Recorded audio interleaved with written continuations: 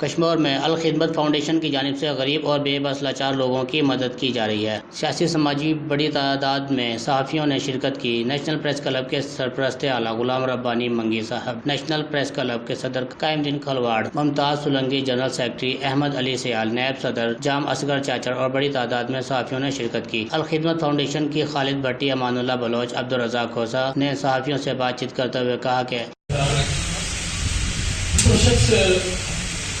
چکر میں پریشانی والی حالت میں آیا ہو کہ اللہ کے رسول مجھے دعا کروں جو لندن مجھے پھٹ رہا وہ انٹرنیئر تھا غائبہ ملے کون تو مجھے دعا کہ مجھے پھٹ ملے یہ لفظ کمپلیٹلی بس یاد ہے کیونکہ ہمارا داخل تھی وہ محفل میں تو ہم نے چاہے تو مانا تجھے پھٹنے کو سجانا تھا تجھے پھٹ پھیلانے باغ میں ان کے وہاں پھیر تھے جسونا۔